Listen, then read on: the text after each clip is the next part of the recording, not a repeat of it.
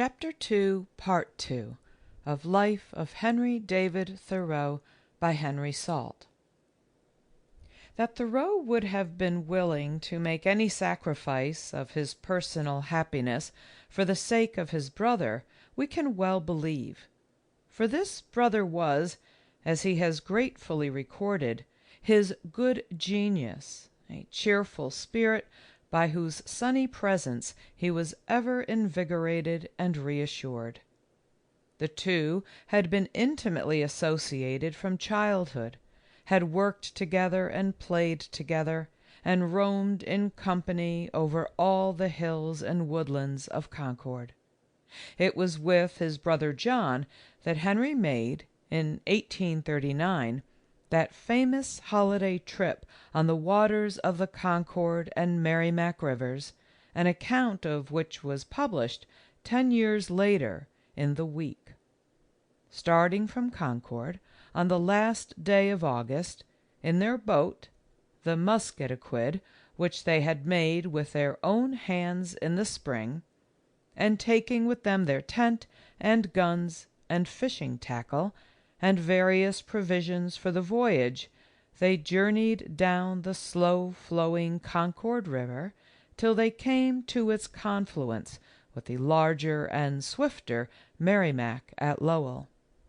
Thence they rowed up the stream of the Merrimack, which, by comparison with that which they had left, seemed like a silver cascade which falls all the way from the White Mountains to the sea, until they arrived within a few miles of the New Hampshire capital, which bears the same name as their native village. Here they were compelled to leave their boat, while they proceeded on foot along the bank of the narrowing stream, and so traced the Merrimack River to its source among the White Mountains.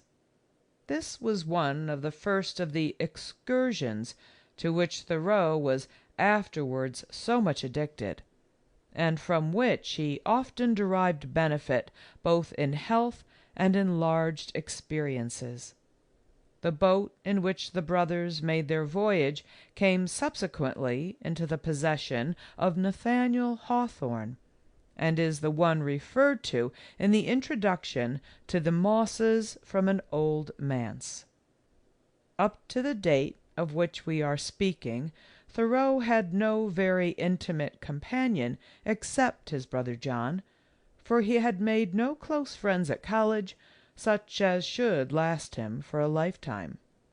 One friendship, however, had already commenced, which was of extreme importance to him both in itself and as being the means of introducing him to a larger circle of friends.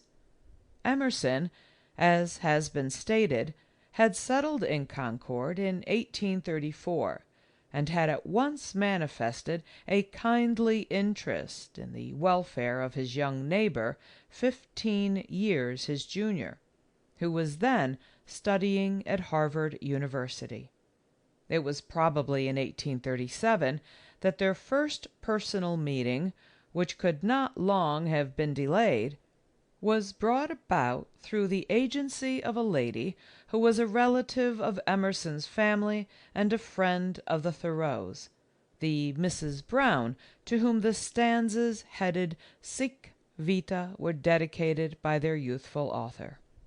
This lady, having been informed by Helen Thoreau that there was a passage in her brother Henry's diary which contained some ideas similar to those expressed by Emerson in a recent lecture, reported the matter to Emerson, and at his request brought Henry Thoreau to his house.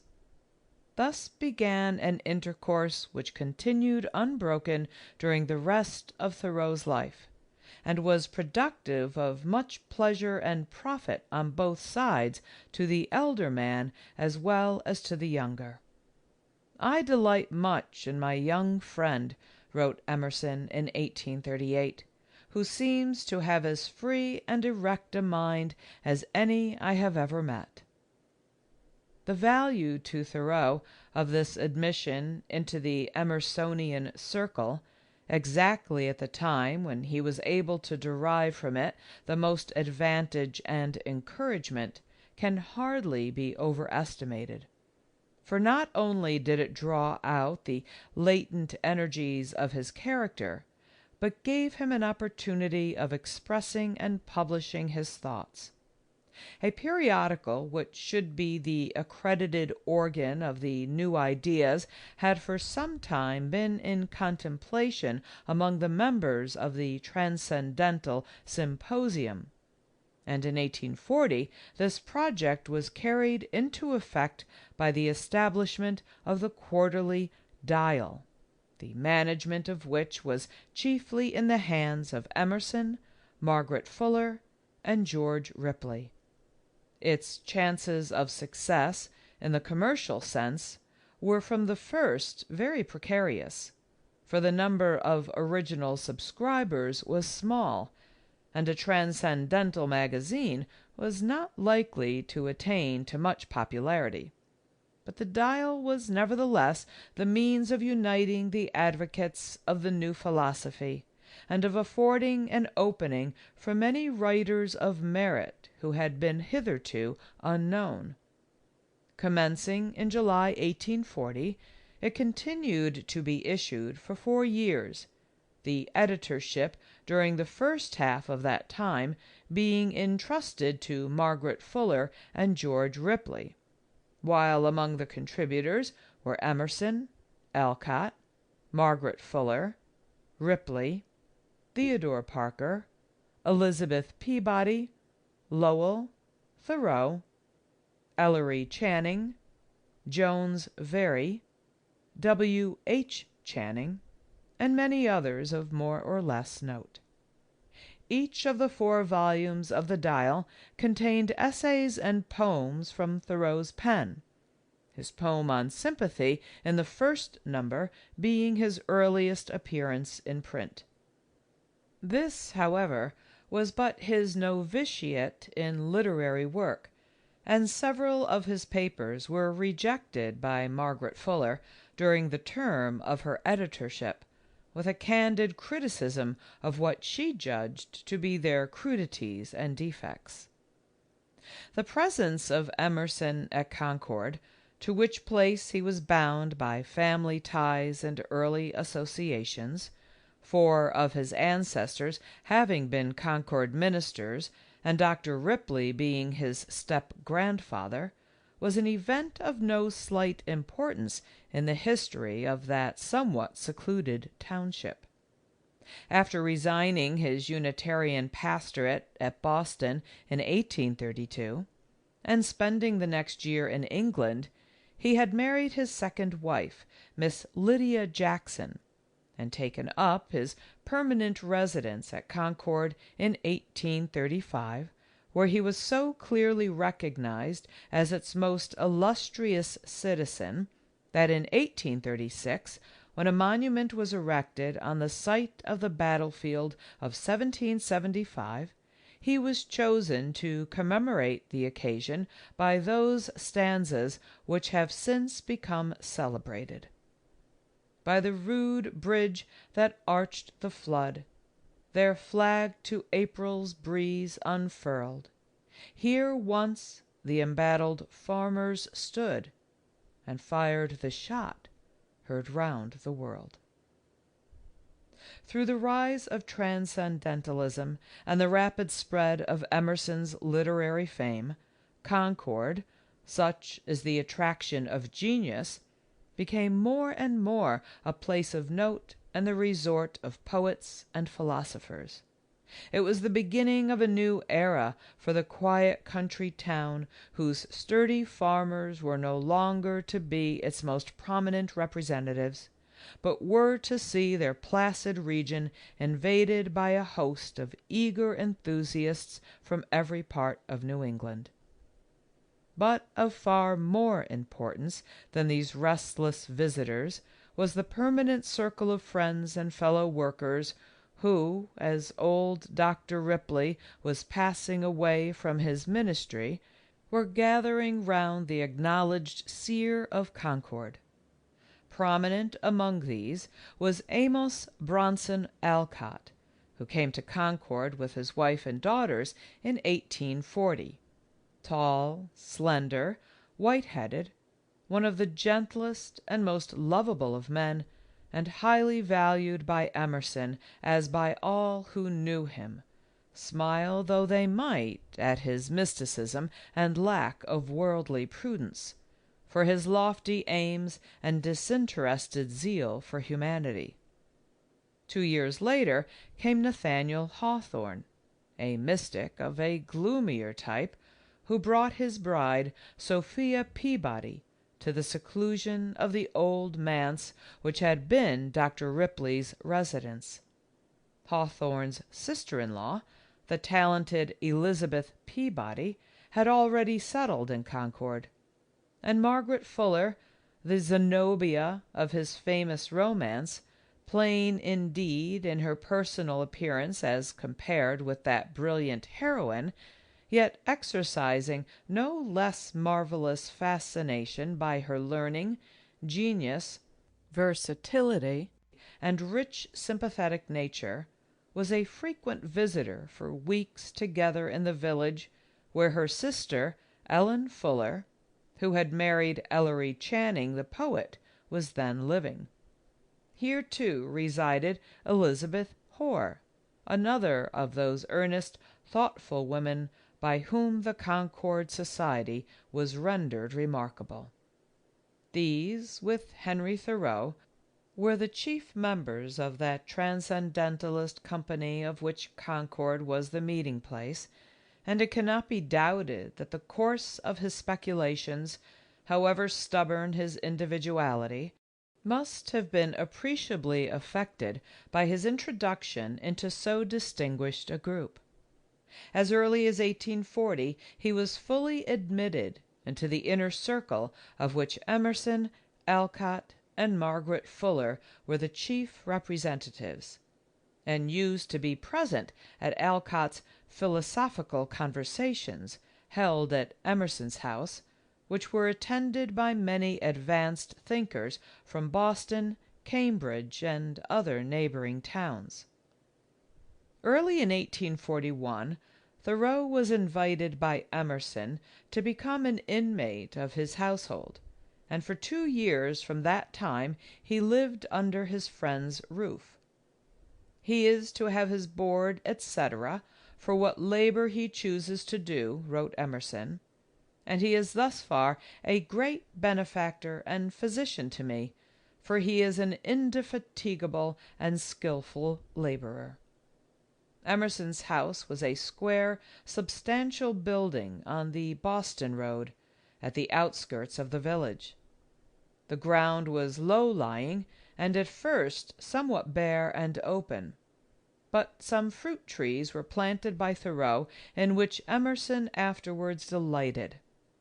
Emphatic testimony to Thoreau's helpfulness and kindness of heart has been borne by Emerson's son in some recently published memoirs of his father. [Footnote: Emerson in Concord, 1889, by Dr. E. W. Emerson. End footnote. He was as little troublesome a member of the household, with his habits of plain living and high thinking, as could well have been, and in the constant absences of the master of the house in his lecturing trips, the presence there of such a friendly and sturdy inmate was a great comfort. He was handy with tools, and there was no limit to his usefulness and ingenuity about the house and garden.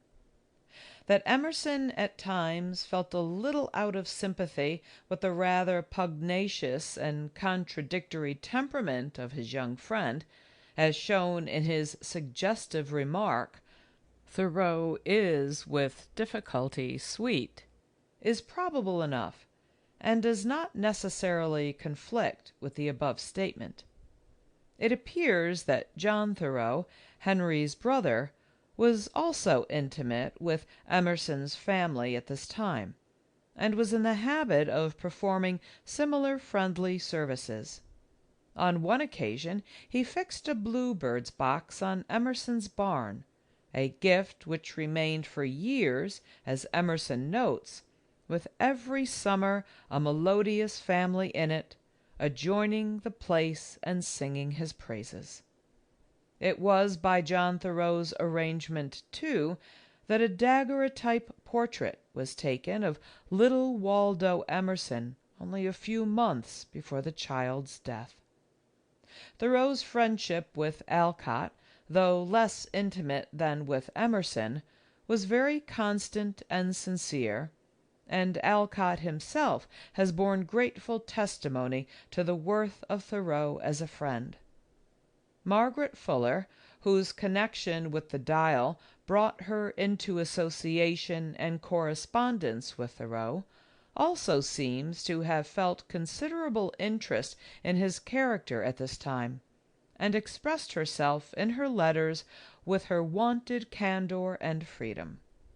In rejecting some verses which Thoreau had offered for publication, she thus sketches the outlines, as they appear to her, of his personality.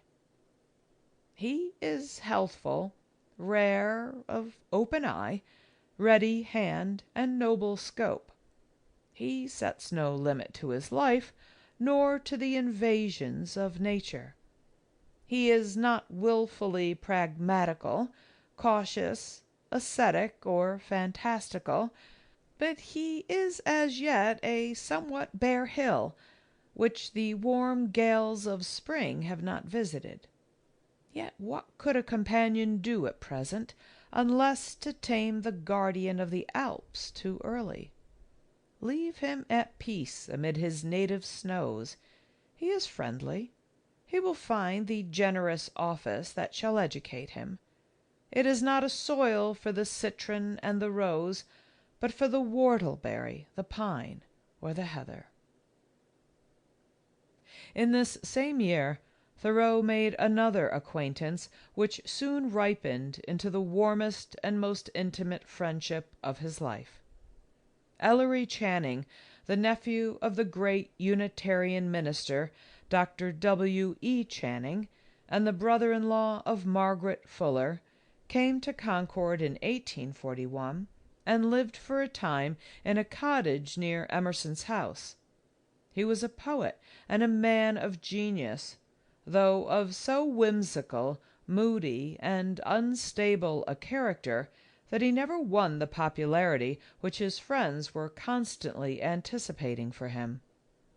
Could he have drawn out that virgin gold, says Hawthorne of Channing's talent, and stamped it with the mint mark that alone gives currency, the world might have had the profit and he the fame. Between him and Thoreau, whose junior he was by 1 year, there was quickly established a strong bond of sympathy and mutual understanding, which perhaps originated in the fact that each stood in a position of antagonism towards the canons of society. Channing, who was as impatient of routine as Thoreau himself, had not graduated at the university, and while his new friend had been keeping school at Concord, he had been living in a log hut in the wilds of Illinois. In his unwearying devotion to nature and natural scenery, his tastes exactly coincided with Thoreau's, and many were the rambling walks and talks they had together at all hours and seasons, while the good folk of Concord were intent on their more sober business. It was well for Henry Thoreau that at this period of his early manhood he had formed these lasting friendships with such men as Emerson, Alcott, and Channing, for a blow was impending which might otherwise have left him lonely and friendless on the very threshold of active life. We have seen how his natural self-control and fortitude of character enabled him to perform an act of self-renunciation for the sake of the brother to whom he was so closely attached. he was now to be subjected to a still severer trial by the unexpected death of the companion of his youthful days. In February 1842, John Thoreau died from lockjaw, caused by an injury done to his hand in shaving, a death so sudden and painful that his brother could rarely endure to hear mention of it in after life, and is said to have turned pale and faint when narrating the circumstances to a friend more than 12 years later. After the sad and unfortunate death of his brother, says one who knew them both, he seemed to have no earthly companion in whom he could confide and love. He appeared indifferent to all about him, and sometimes I thought he even hated himself. When he visited Cohasset in 1849, and witnessed a terrible death scene after the shipwreck of an Irish brig, he remarked that if he had found one body cast upon the beach in some lonely place, it would have affected him more. A man, he adds, can attend but one funeral in the course of his life, can behold but one corpse, in which saying there is a reference to his own bereavement. It is noticeable that in his week on the Concord and Merrimack rivers, his brother, though necessarily often alluded to, is not once mentioned by name. For this heavy blow, Thoreau sought and found the needed comfort in that strong belief in the immutable goodness of nature which was the basis of his whole intellectual creed. "I find these things," he wrote, "more strange than sad to me.